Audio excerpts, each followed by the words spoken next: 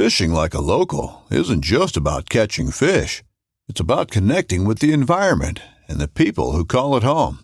It's about hearing the stories and traditions that have been passed down for generations and sharing unforgettable moments with the people you meet along the way. Fishing like a local is having an experience that stays with you forever. And with Fishing Booker, you can experience it too, no matter where you are.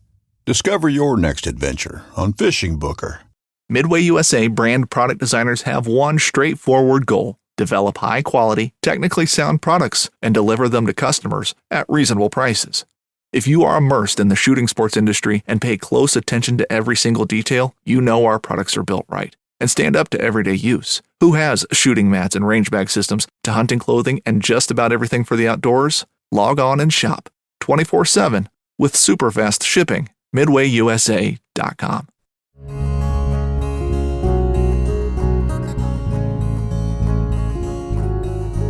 Welcome to the Casting Across Fly Fishing Podcast. I'm Matthew of castingacross.com, where I explore the quarry and culture of fly fishing. Well, it's episode 121, and I'm finally doing it.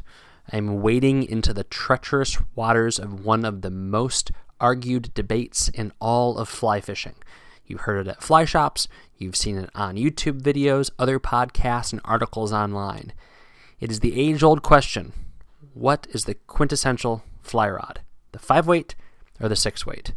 Now, let me cut off a few immediate objections that you may have. You may say, I fish for tiny trout on tiny streams, so a 3-weight is my quintessential fly rod. Okay, that's fine. Or you say, I fish a big river or a big lake out west, and I need a big rod that I can throw heavy lines and heavy streamers, so my quintessential trout rod is a 7-weight. That is fine.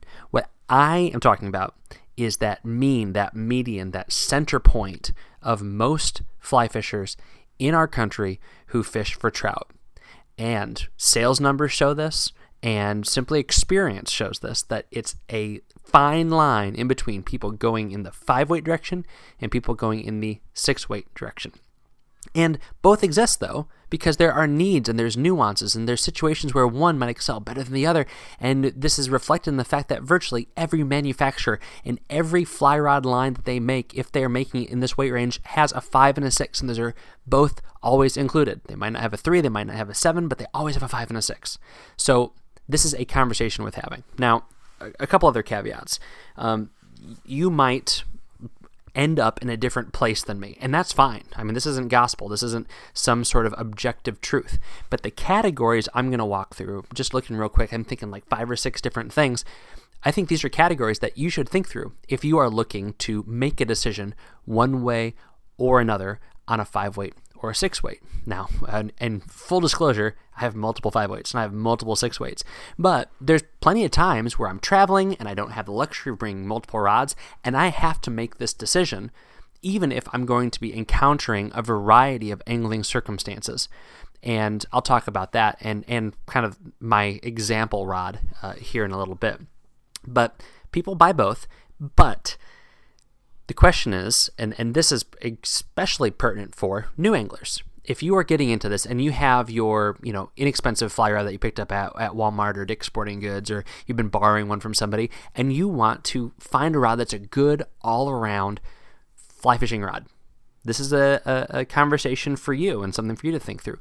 But at the same time, if you are maybe making that step into buying a premium rod, you want to spend that $700, $800, $900 on an excellent fly rod, and some of them are simply fantastic.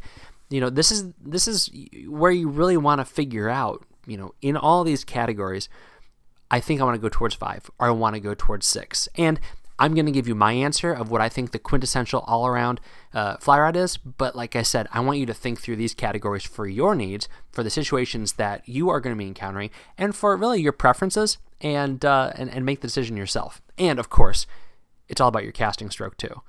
Your hand, your arm, your body, and the way you interact with the fly rod is going to have a significant impact on the decision you make. And we always have to remember that. always cast a fly rod before you buy it. And I would say if you are on that fence between a 5 and a 6, cast them both, maybe with a couple different lines. But anyway, there's lots of podcasts in my back catalog about testing out fly rods. So let's really stay focused in on this question 5 and 6. So here's my answer: 6 weight. My answer is a 6 weight. And let me tell you why that is. I think with a good 6 weight, you can do more because you have more. You can do more because you have more.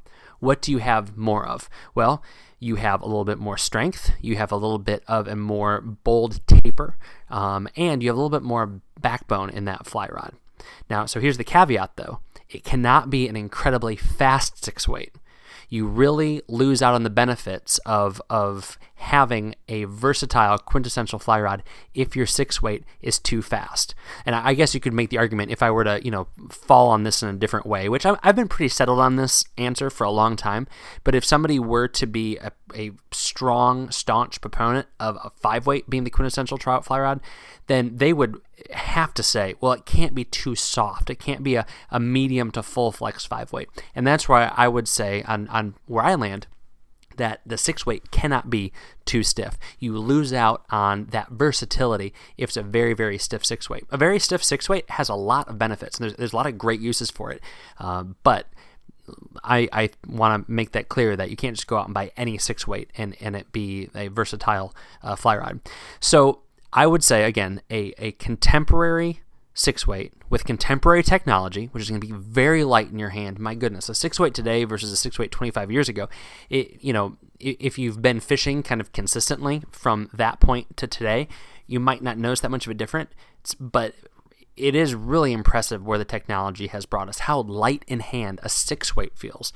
I have some old 6 weights in my office that I have for decorations, and I have a couple of old ones that I fish, and they're between 30 and 50 years old, and they are heavy.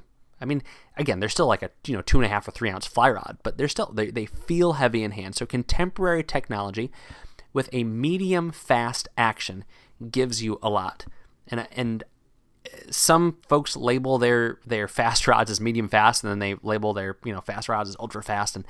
But a true medium fast action that is going to have a nice moderate stroke, that's what we're looking for. What does that give you? Well, it gives you a couple of things. Because it's a 6 weight, you have the ability to cast slightly heavier stuff. Well, why stuff? Well, because you can cast slightly heavier flies. With a rod that has a backbone that is going to give you a little bit more power, and it is going to have that strong butt section that flexes up into the middle, you're going to be able to cast heavier lines. You're going to cast things with aggressive tapers, and this gives you the opportunity to cast a line that is going to give you great distance. It's also going to give you the chance to cast a line that is going to be able to turn over a streamer that might be slightly larger than you would otherwise be able to turn over with a traditional tapered line on that 6 weight. Does that make sense? One more time. Having something that has a little bit more strength up into the midsection of the rod is going to allow you to turn over a fly line that is going to assist in turning over and presenting a little bit heavier of a fly. So if you were to use a normal tapered fly line on that very same rod, it might not have enough oomph to push over a trout-sized articulated streamer or something with some dumbbell eyes. But the combination of a moderate fast, medium fast action rod and a line suited for bigger flies, you're going to be able to do a little bit more than you would normally be able to do. And similarly, you'll be able to turn over some weighted lines. I have some great weighted lines that I pair with my 6 weights, and they aren't the same as casting just a normal weight forward trout taper, but you're able to cast them. And it's not comical. It's not like trying to throw a weighted line on a 2 weight or something like that. You're able to make those casts with a real deliberate motion, and it's not in a way that's a nuisance over the course of a day. So a medium fast taper 6 weight allows you to turn over some of those heavier lines and some of those more aggressive lines. But they also allows you to turn over the heavier flies. So this is bigger streamers. And now they're modified streamers. They're not going to be those giant, 2-aught articulated numbers, but they're going to be streamers and you're, maybe even up to like size 2. But certainly all of those 4s and 6s, even if they have a lot of materials, even if they do have a sculpin head or some dumbbell eyes or some significant wire wrapping around the shanks of the hooks, you'll be able to make those casts. Now, you can't cast them like you would a size 14 dry fly, but with a very deliberate stroke and applying pressure in the right places, which comes with being an experienced caster, even just with that particular fly rod, you're going to be able to do that no problem. But it isn't just that crazy streamer game we're talking about. We're also able to cast nymph rigs with a little bit more efficiency. So this is maybe 2 weighted flies, maybe two flies along with some weight crimped on to the leader. And that's going to be something where you're not just going to be lobbing it, but you're going to actually be casting it. And I know there's a fine line there to actually make a real deal cast with a leader that has 3 or 4 things that can get tangled on each other. But you're able to make better casts, or even with just a little bit of weight on there, with a heavier rod. And the last thing I would add to the slightly heavier stuff is that you can throw poppers. So a 6 weight with a little bit of strength in it, medium fast action, is going to allow you to fish some pretty good size bass flies. Now, they're not going to be these giant foam poppers. They're also not going to be big deer hair divers. But as far as getting the size of streamers and bass poppers and sliders out there to really be able to contend with some very, very good fish, a medium fast 6 weight is going to allow you to do that. So that diversifies your fishing in that way also. I know we're moving out of the trout game, but if you're going to buy a really nice rod, then it'd be awesome to have something that you're able to use in a different situation, a different circumstance. So that's the first thing. It's also going to give you the backbone to fight bigger fish. Now, this is one of those deals where, honestly, I'm a proponent. If you know how to fight fish, it doesn't matter what rod you have. Now, there are some things that are pretty stupid and you shouldn't do, and they're going to be dangerous to the fish, and you may very well, damage your reel or damage your rod or certainly lose flies and lose fish. But I think that a 4, 5, 6 weight, as long as you know how to fight fish, you're going to be able to do it well. But if you have that hesitation about fighting bigger fish on a lighter rod, a good 6 weight, you're not going to have that problem. You're going to be able to get into the biggest trout and most warm water species that you can get into, and you're going to be just fine. I mean, big carp, you're going to be able to handle them without a problem. But certainly, 20, 24-inch trout, if you know how to fight a fish, a 6 weight is going to have enough backbone to do that, and to be able to do that where you can have some confidence about your tackle, but also that you're playing those fish well enough that they're not going to be fatigued and worn out and all that. At the same time, I've been talking about all the great things that having a heavier rod can do, but having a 6 weight that still is that medium fast action, that's contemporary technology, which maintains usually a lot of sensitivity and some delicacy in the tip, what that's going to allow you to do is make those fine presentations, which you want. I mean, I'm thinking about some of the rivers that I've fished in, like the TVA Dam rivers. So in Arkansas, for example, you can be fishing a really deep run where you need that weighted line and you need that big streamer or that big nymph to get down deep fast. And you want to make that cast because it's a big river, the water's moving faster, and you want to be able to throw out 40 or 50 feet of heavy line and heavy fly. But then, whether it's necessitated because you haven't been catching anything down there, or simply it tickles your fancy to tie on a little midge, you want to be able to quickly change out maybe just your fly or maybe your spool or reel and throw 50, 60 feet of a midge or a tiny blue wing olive or something like that. And having a 6 weight that has a delicate tip, that has some finesse in it, which again, so many do these days, you're able to make those fine presentations of dry flies under virtually every circumstance with the exception of hoppers and some other terrestrials, as well as making fine presentations to spooky fish. You don't want that rod to be so fast and so aggressive that it's difficult or cumbersome to make a cast where you can lay it down with a gentle presentation, your line's not slapping the water. So there's enough delicacy for that. And then kind of on the other side of what I was talking about with fighting fish, I've heard so many people say, well, I don't want this heavy rod because I'm not going to be able to feel the fish. Okay, I get that. It's not as much fun to catch a 5-inch brook trout with a 9-foot 6 weight. At the same time, if you're mostly targeting 4-inch brook trout, then this conversation is not for you. If you just happen to catch 4-inch brook trout on the big rivers, well, first of all, congratulations that you're fishing a big enough river that has probably a natural reproducing population of brook trout in it. But secondly, for those 8 to 10-inch fish, what you're feeling as you're fighting that trout is not going to be a significant downgrade from an experience perspective that you would be feeling if you were fishing that 9-foot 5-weight. It's negligible.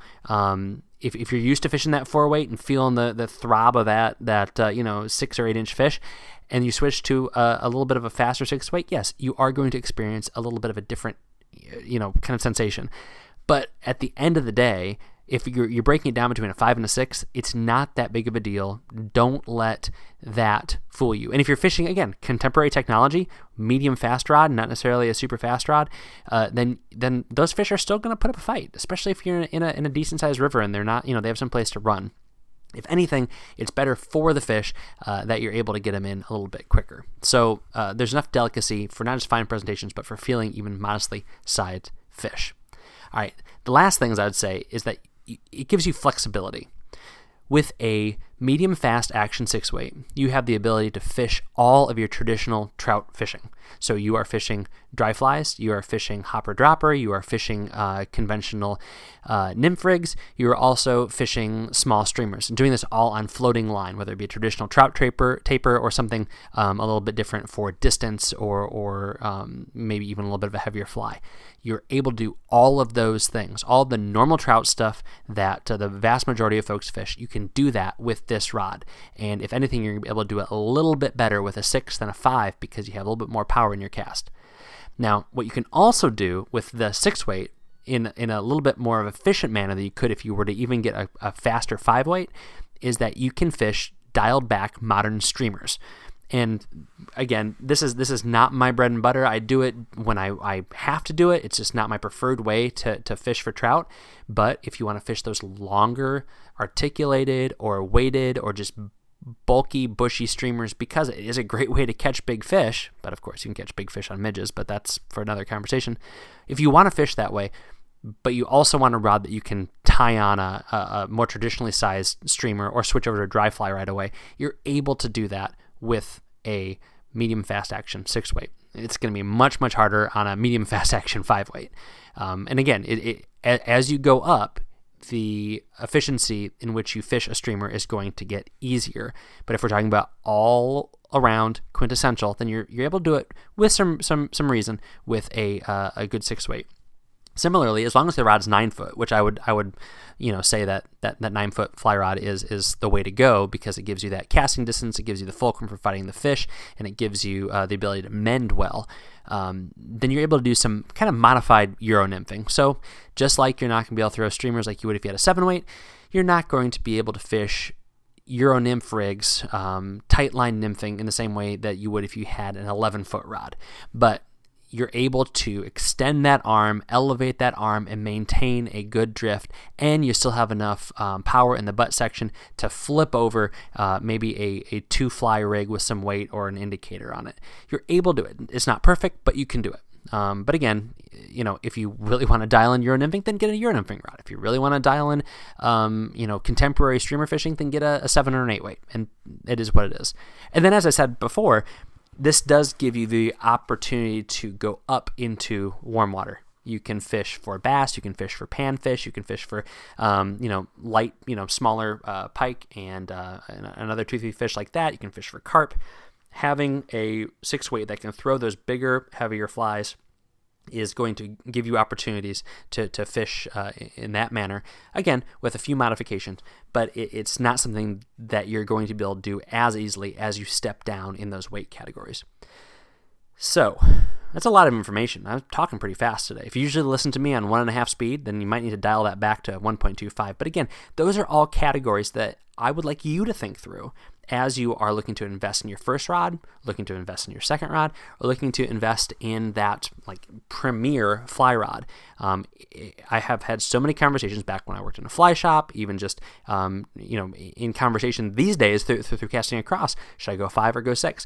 These are some of my thoughts. I've expressed them in various ways these over the years, but here's kind of a concise picture of what I think about the 5 versus 6 debate. Now, my fly rod that I feel like fits this niche is my Sage VPS and a 9-foot 6 weight. And this was a Graphite 3 rod. I actually did a throwback review on this on the website relatively recently, but this was the Sage taper. Like when you think of Sage in the 90s, this was that rod.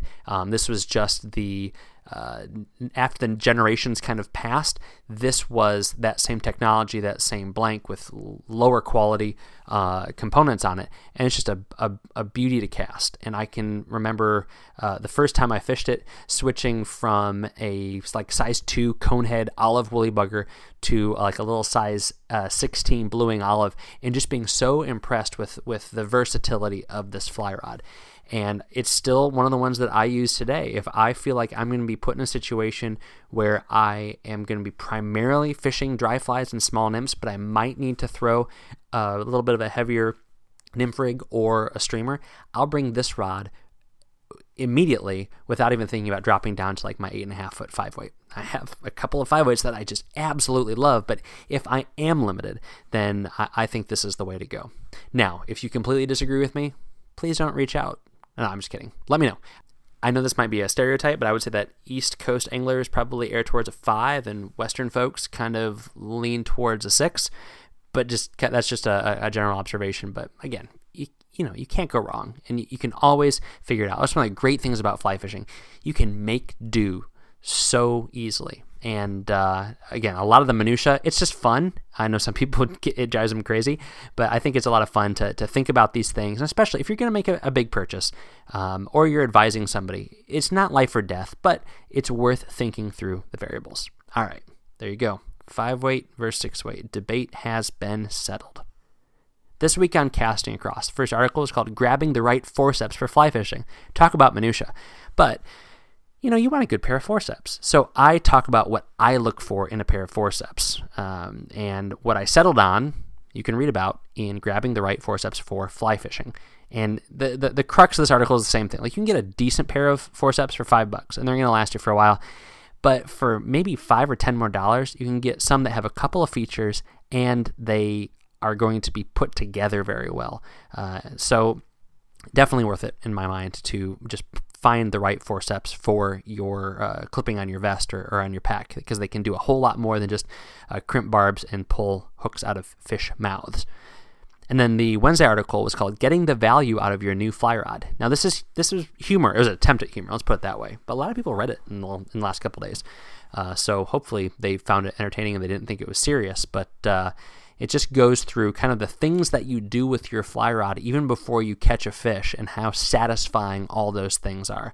I think we've all bought a fly rod, brought it home, assembled it, and wiggled it in our living room. Now, can you assign a dollar value to that? Probably not. But in this article, I did. So check that out if you are at all interested. All right, so this week's recommendation on the podcast is a book. Hopefully you are reading about fly fishing, not just listening to me talk about fly fishing. But this book is called Fishing a Highland Stream, and this is by a gent named John Inglis Hall. John Inglis, not Ingalls, but John Inglis Hall. And this book was actually a cool little story about how I came across it. I was on my way into Boston to get on a flight, and my flight was delayed, and so I thought, well, instead of staying in the airport like a chump, I'm going to go into the city and just get some food and go to a used bookstore that I like. So I went into the used bookstore, and there was all of the usual suspects of a trout fishing bookshelf. And then I saw this little book called Fishing a Highland Stream, and picked it up. It was a hardback, cool little dust jacket. Flipped through a couple pages and thought, you know what, for $10, whatever, I'll take this on the flight. I loved it. It was a great little book. It has probably one of my favorite things about fly fishing literature is that I think people understand that to really get somebody to buy into a book about them fishing as opposed to the reader fishing. So, I want to know about me fishing, to be honest with you. I want to think more about me fishing. But for somebody to tell you about them fishing, they really have to sell you on a sense of place. The German critical scholars call it the Sitz im Leben, the sense of place. So in reading this book, I got to know the River Trim, which I'm probably not pronouncing properly, in the Scottish Highlands. I got to know about the little village, the little pubs, the little inns that this angler fished out of. It's just a pleasurable little read. I don't think it's in print at present, but today I hopped on Amazon. You can get a hard copy for like $23 or $24, and I would definitely check that out. And you know what? If you buy a used book, you never know what you're going to find. Someone's business card's going to be in there. Some notes are in there. It's just a lot of fun. So check out Fishing a Highland Stream. I'll put a link to that book's listing on Amazon on the podcast page on castingacross.com. And real quick, last note before I sign off, just a real appreciative of the listenership. How many folks tuned in for last week's podcast? I talked about some stuff that's a little different, but at the same time, just some great feedback and some great numbers, whatever that's worth. And so I do appreciate it. Again, I do this a lot for me, but also a lot for you. And so knowing that you're listening and that folks leave reviews and that I get emails, that's just fantastic. So again, I'm not an expert on fly fishing literature or forceps or 6 weights versus 5 weights, but I appreciate you taking what I say and doing something with it. It really does mean a lot. So thanks for listening to the Casting Across Fly Fishing Podcast. Please subscribe in your favorite podcast app and rate the podcast in iTunes. Then head over to castingacross.com, where you'll find more info on this podcast and 3 posts a week on the people, places, and things that go into the pursuit of fish.